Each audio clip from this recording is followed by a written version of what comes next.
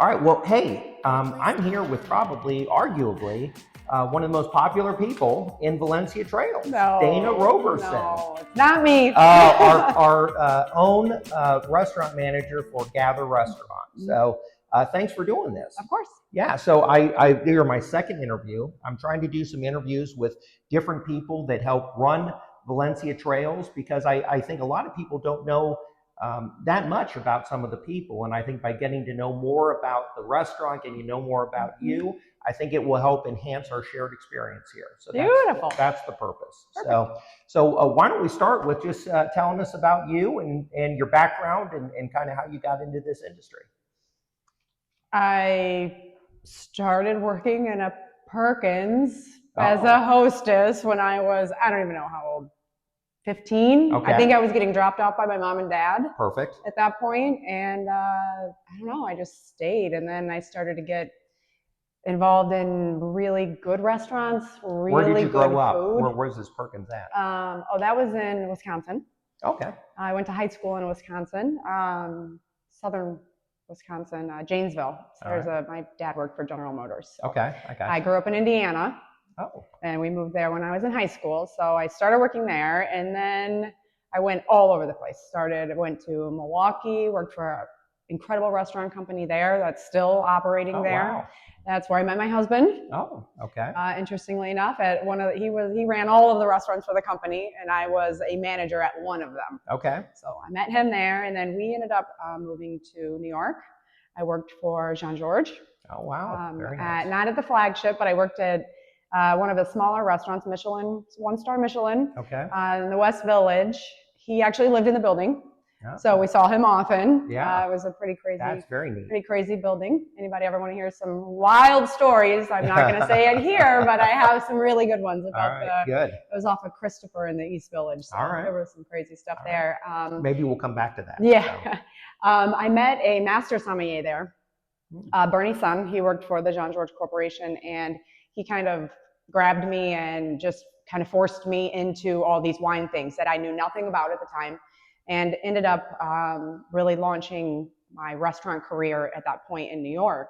I was quartermaster sommelier. I did another Sommelier Society of America course that my restaurants put me through. I was the assistant sommelier.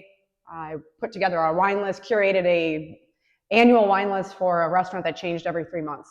Oh, wow. So seasonally we changed, and everything changed. So it was very fun. It was immersive. Then moved to Chicago, continued with all of that. I worked for Smith & Wollensky there, which is the company that I worked for in New York. So although they weren't still the owners, I still had a foot in the door there. And then I moved to Florida, and everything changed.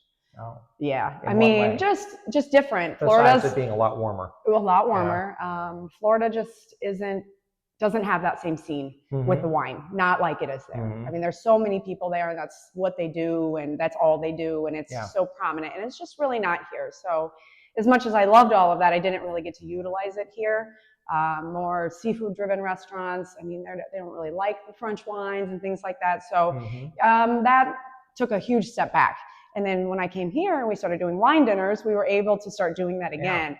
I think a lot of people don't even understand that I handpick all of those wines every single time, every single one. Now, where do you get your wine from here? I order from Republic National. Candace is the one that's usually here with me at wine dinners, helping me pour and things like that. And Southern Glazer as well. We use Breakthrough too, but not very often. So wide selection available. Yes. Yeah. So, I mean, you're literally just going in there and looking at hundreds and hundreds of wines and just saying, this one. And I don't know how it works every time, but Dub and I just have that magic. And anybody that's ever been to a wine dinner, you know that it's just kind of special. How did you end up at Gather specifically? Well, it was a little convoluted. As with most things at Valencia Trails. But. Yes, there you go. So John Everding, who was the original general manager here, him and I worked together. Downtown at Claw Bar. And my husband wanted him to run one of his restaurants. This was years later after we had all left and nobody worked there anymore. And I'm a hygienist too. I don't know if you know that. I did not. I'm a dental hygienist. That is a wide range of expertise. It is. But all people driven. Yeah. All people driven. That's true. And mouth driven. Yes, exactly. I valued that part of hygiene that I don't get too much talking back. Yeah. Yes, that was fun. But so I was doing hygiene. My husband was in restaurants. We never saw each other. Yeah. Ever. I mean, I worked, I got up at 4:30 in the morning. I was in bed at 8 o'clock. He worked in a restaurant. So he was trying to get John to come work for him. And I said, well, I'll take that job. Literally. That sounds great. I live 4 miles from here. You had taken a break from the restaurant industry. I left. You're doing, and then how long was the break? Year and a half. Oh, interesting. Okay. Yeah, so a year and a half. So this was just kind of the perfect scenario for me. Okay. I mean, perfect. I live right here. Yeah. It's wonderful. Yeah. Yeah. So maybe talk about, because you have a lot of background in different types of restaurant scenes.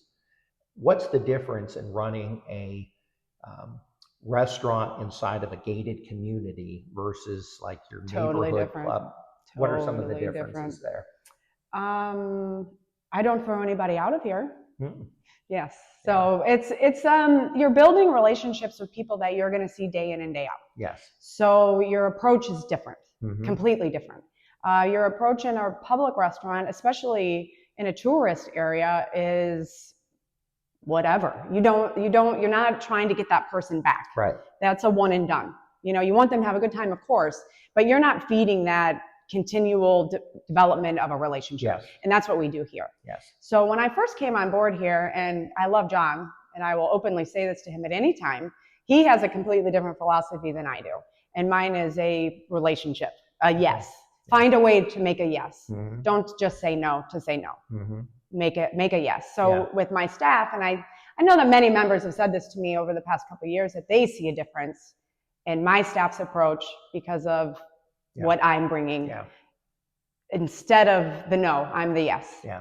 I actually hear that a lot when we talk about Dana, or we talk about Gather, is how strong of the relationships are that you made with the community. That really does stand through there.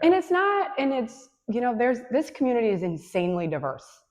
I mean, I have members that don't go to anything, don't want anything to do with anybody, but they enjoy coming into the restaurant, talking to me and my staff and hearing what's going on, but they aren't the ones that are involved. Then you have the ones that are involved.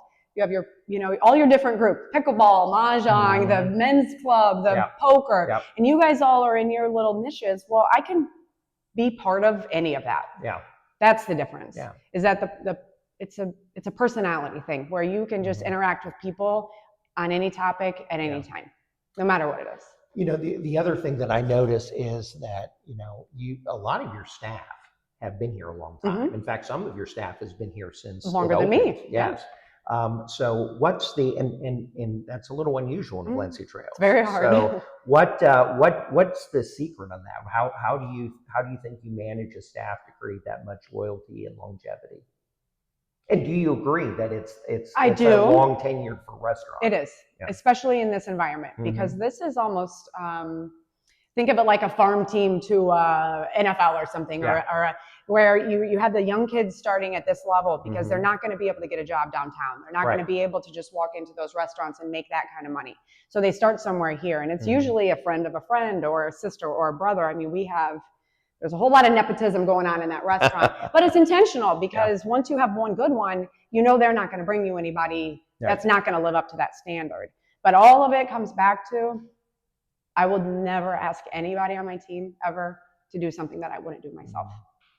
That's great. I mean, that's the end of the day. I mean, they see me working. I'm sure members have heard me yelling at my staff when I'm bussing tables and I see them standing in the corner, and I'm just like, seriously, I'm out here working and you guys are standing. But it's not necessarily a criticism. It's just get to work. Yeah. I'm doing it. You need to do it. Yeah. It's part of the job. So nothing in the restaurant, and honestly, overall, because people stop constantly day in and day out when the property manager's not here on Saturdays and Sundays when I'm usually here for 10 hours a day, and I'm helping everybody in every room. I mean, you need help with the music, I'm in there helping. So it doesn't just stop there. It's a whole, I guess, just why not help? Yeah. We're here together. That's great. That's great. Family. Staff family, members family, it works. That's right.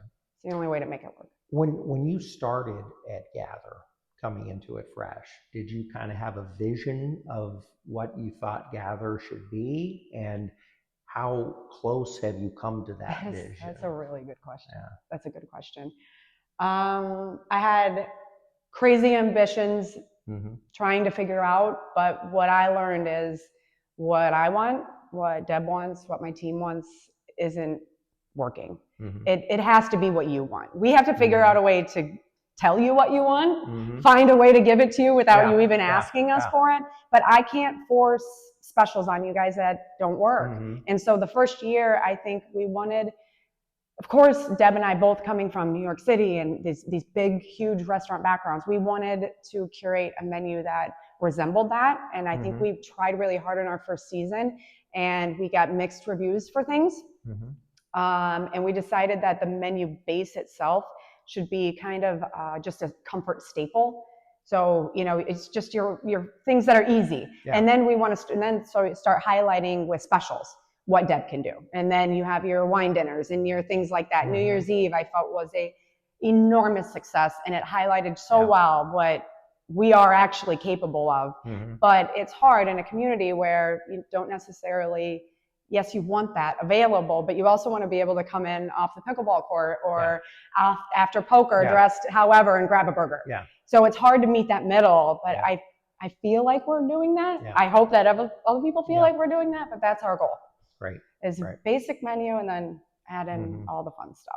What role do you think a restaurant in a community like this plays beyond just serving the food? It's the heart. I mean, there's no other way to describe it. I mean, you come for celebrations, you come just because you come. I mean, it brings everybody together, unlike any other entity. So everybody eats. Everybody doesn't play pickleball.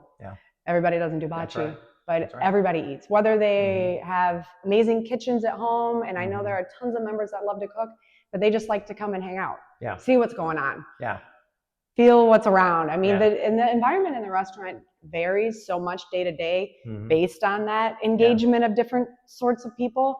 But what I observe more than anything is, as I'm greeting somebody at the door and I'm taking them to their table, it takes me 10 minutes. Because you're stopping here, stopping here, you're saying hi to this person. And you probably just saw that person, but you're excited to see them again because you're in this environment. You know, it's funny, I work from home, so I'm, you know, in my office all day, and I don't always get out. But sometimes I'll have to come over to the clubhouse for something. And as soon as you walk into the clubhouse during the day, especially around lunchtime on Thursdays, the whole mood is very inviting. It's very fun, and it makes me not want to go back to work in the afternoon. But, I don't blame you, but it should be that way. You should feel like it's yours. We're here for you guys, and it should always feel like but it should feel like that for my staff too, that it's a warm place to go. And I think that they really do genuinely feel like that, which is also very hard. All right, so is there a behind the scenes change or decision that you made at Gather that residents may not realize or notice, but you think has had a real impact? Recently, I don't know, because I feel like what we are doing isn't necessarily being properly conveyed through a number of breakdowns. So we just opened fully Tuesday, Wednesday, Thursday, Friday, Saturday, Sunday. 6 days. And some of my Gather royalty didn't know. So that makes me feel like I'm failing epically at my job. But I also feel like I put a ton of effort and time into trying to communicate information. And there's something happening where it's not being conveyed properly. Well, we're trying to do better at communication. This is one of the communication vehicles. No, I know that. We'll make sure we make that very clear. 6 days a week now. Yes. 4 season or? Yes, I plan till May. Till May. Yeah, well, end of April is the plan, as long as business dictates. Tuesday would be the first to go. Sunday night, I'll probably be the second to go. And then we'll keep that base during the summertime. Fantastic. Wednesday through Saturday. So. Fantastic. And of course, brunch on Sunday. Which is fantastic. What new things do you have planned for this year? Well, I have a San Simeon winemaker coming on February 10th. So I just got all of that confirmed. Deb and I are putting a menu together. So we're doing a wine dinner February 10th. That'll be a blast. We're getting ready to do a new happy hour menu, which we change that usually about every 2 months, maybe every 8 to 10 weeks. All right. Andrea and I are collaborating on a progressive dinner cooking class that is going to expand every aspect of the dinner into different classes. Now it's going to be a progressive dinner, you say cooking class. Yes. So it's going to be almost a step-by-step of how to present a progressive dinner, if that makes sense. We wanted to tie, well, Deb and I wanted to tie an entire dinner into one cooking class over the course of a year and break it down so you could do the entire thing. All right. Or you could just say, oh, I just want to do this portion of it. And so you can buy it as a package or you can buy the individual. And Andrea's experience with that is fantastic. She did one of these with Martha Stewart. So that's why we're going to do napkin folding in there. We're going to do centerpieces in there and all sorts of different things to make it cohesive throughout the whole entire year. I'll make sure to send my wife. Yes. I mean, and I also, we want to come back to doing the cooking classes. So there's been a trend with that where we were going towards in this right in here. Studio. That's right. We'd also like to use this room for private dinners. I think that is an excellent idea. I also think it's an excellent idea. So we could it's seat, a great venue. Up to 18 in here. Would get a little bit loud, but we've done cooking classes with that many people, and it's fine. And as of the last board meeting, this room is available to rent for residents for free. And one of the reasons we did that was to enable a private dining room experience together. So we've also fantastic. Teased around an idea of doing a chef's table in here. Oh. So that's something that we had been on the plate, and then the holidays came and the turnover and all the things, and operating a restaurant every day is a job in its own. Yeah. All the other stuff that we do is also a job in its own, and I have to make time for both of them cohesively on a daily basis, and sometimes that doesn't happen.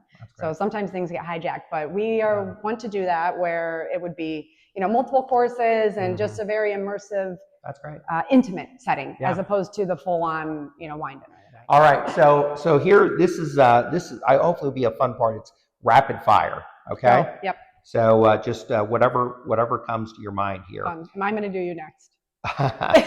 Front of the house or back of the house? Front.